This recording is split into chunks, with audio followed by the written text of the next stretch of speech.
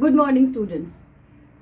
12th class के बाद हमेशा जब हमारा रिजल्ट आता था तो हम ये इंतज़ार करते थे कि कितने परसेंट मार्क्स आए, और उसी मार्क्स पे डिपेंड करता था हमारा ग्रेजुएशन में एडमिशन, कौन से कॉलेज में हमें एडमिशन मिलेगा, कितने परसेंट मार्क्स हैं, किस कॉलेज में कितने परसेंट मार्क्स में ये सब्जेक्ट में एडमिशन मिल सकता है। ये हमारा कंसर्न हुआ करता।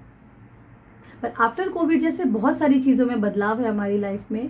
उनमें से एक है कि आपके अंडर ग्रेजुएट एडमिशन के प्रोसेस में, और उसकी वजह से लास्ट ईयर अप्रैल 2022-23 की जो सेशन है उससे शुरू हुआ एनटीए के द्वारा, नेशनल टेस्टिंग एजेंसी के द्वारा CUET यानी कि कॉमन यूनिवर्सिटी एंट्रेंस टेस्ट। अब 12th के बच्चे जब पास आउट होंगे तो उनके 95% मार्क्स ऑफकोर्स इंपॉर्टेंट है, लेकिन 95% मार्क्स हो या 99% मार्क्स हो, आपको कॉलेज में किसी भी सेंट्रल यूनिवर्सिटी में एडमिशन तभी मिल पाएगा जब आप CUET एंट्रेंस क्लियर करोगे। अब बात करते हैं CUET है क्या। फिर से रिपीट करती हूँ, CUET is a common university entrance test. अब जैसे कि हमारे बच्चे हैं जो कि दिल्ली यूनिवर्सिटी में मोस्टली एडमिशन लेते हैं, तो दिल्ली यूनिवर्सिटी भी सेंट्रल यूनिवर्सिटी के अंतर्गत है। आप जब CUET क्लियर करते हो तो ना सिर्फ दिल्ली यूनिवर्सिटी के लिए बल्कि आसपास जितने भी इंडिया में जितने भी सेंट्रल यूनिवर्सिटीज़ हैं वहाँ आप एडमिशन पाने के लिए एलिजिबल हो जाते हैं। अब CUET के एंट्रेंस पे डिपेंड करेगा कि आपको कौन सा कॉलेज या कौन सी यूनिवर्सिटी आपको मिल रही है। CUET के अंतर्गत जो कॉलेजेस आते हैं, यानी कि CUET क्लियर करने के बाद जो कॉलेजेस आपको मिलते हैं उनमें से 44 यानी कि 44 सेंट्रल यूनिवर्सिटीज़, इसके अलावा 12 स्टेट यूनिवर्सिटी, 21 प्राइवेट यूनिवर्सिटी और 13 डीम्ड यूनिवर्सिटी है। तो इन सब में एडमिशन का जो मेन प्रोसेस है वो यही है कि आपका CUET में कितने परसेंट मार्क्स है और उसके आधार पे आपको कौन सा कॉलेज मिल रहा है। इसके अलावा एक और बात जो इम्पोर्टेंट है CUET से रिलेटेड, कि ये कंप्यूटर बेस्ड टेस्ट है, यानी कि आज तक जो आपने पेन पेपर से टेस्ट दिए हैं इससे अलग इस बार आप कंप्यूटर बेस्ड टेस्ट देंगे, और इसमें आपको 13 लैंग्वेजेस का ऑप्शन मिलता है कि यानी कि आप 13 लैंग्वेज में ये टेस्ट दे सकते हैं। टाइप ऑफ जो क्वेश्चंस होंगे वो MCQs हैं, और पेपर जो आपका क्वेश्चन पेपर है वो बाइलिंगुअल होगा। इसमें मार्किंग स्कीम जो है वो है करेक्ट आंसर्स के लिए आपको +5 और गलत आंसर के लिए -1, यानी कि नेगेटिव मार्किंग है इसमें। अगर आप क्वेश्चन अटेम्प्ट नहीं करते हैं तो उसके लिए आपके कोई माइनस या कोई प्लस नहीं होंगे, 0 मार्क्स होगा।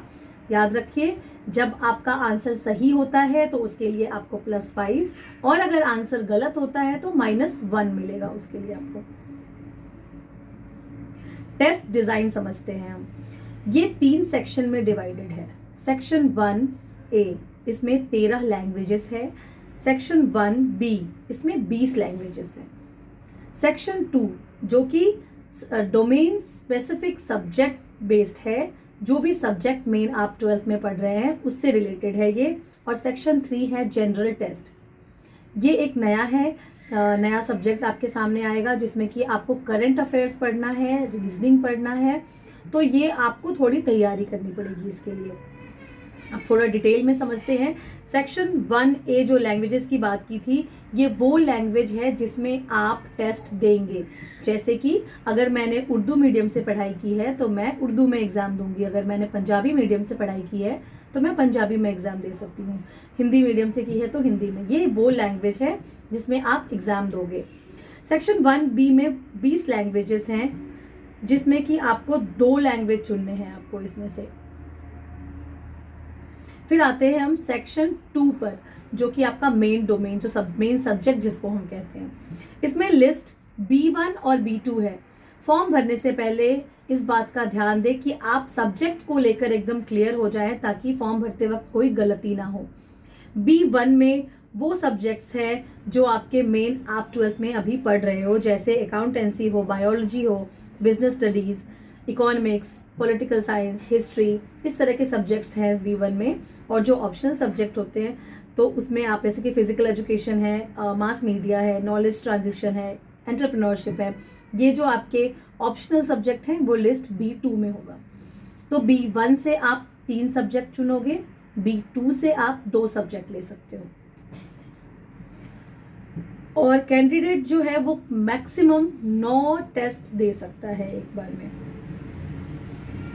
जो लास्ट ईयर का आपका पैटर्न था एग्जाम का, उसके आधार पर 2 स्लॉट्स में ये एग्जाम हुए थे, स्लॉट 1 और slot 2। Slot 1 is morning shift, जिसमें कि 4 टेस्ट थे, 1 language, 2 domain and 1 general test. Afternoon जो शिफ्ट है उसमें मैक्सिमम 5 टेस्ट थे, 1 लैंग्वेज, 4 डोमेन और 2 लैंग्वेज। इसके अलावा इसका जो टाइम होता है एग्जाम का, वो मॉर्निंग में 9 to 12:15 और आफ्टरनून में 3 to 6:45।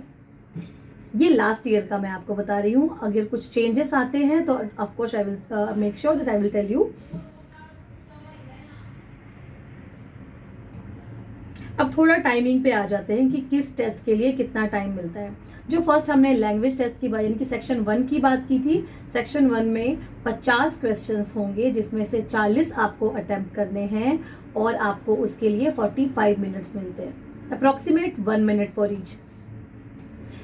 सेक्शन 2 जो डोमेन सब्जेक्ट है उसमें भी सेम है, उसमें आपको 50 क्वेश्चंस आपके पास होंगे, जिसमें से आपको 40 अटेम्प्ट करने हैं और 45 मिनट्स का टाइम होगा।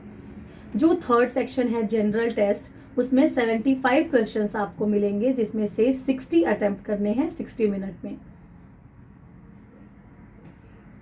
तो हमें, हमारे लिए बिल्कुल नया है एज अ स्टूडेंट, तो हमें ध्यान ये देना है कि फॉर्म भरते टाइम कोई गलती ना हो। रेगुलर बेसिस पे एनटीए वेबसाइट पर चेक करते रहिए कि क्या कोई चेंज आया है, क्या कुछ नया आया है। और एक बहुत इंपॉर्टेंट बात, क्योंकि आपको कंप्यूटर बेस्ड टेस्ट देने की हैबिट नहीं है, तो बहुत ज़रूरी है कि आप मॉक टेस्ट दें। जितना ज़्यादा हो सके उतना मॉक टेस्ट क्लियर करें, मॉक टेस्ट के साथ बैठे, ताकि आपकी वो सिटिंग हैबिट बने और आप फोकस्ड रह पाएँ।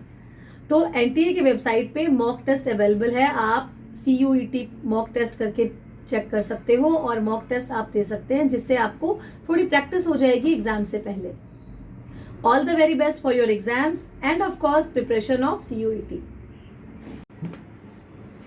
बहुत ही जल्द नेक्स्ट वीडियो में मैं आपको बताऊंगी कि रजिस्ट्रेशन फॉर्म को भरने का प्रोसेस क्या है। स्टेप बाय स्टेप आपके साथ बात करेंगे कि कैसे फॉर्म भर सकते हैं और फीस डिटेल के बारे में। धन्यवाद।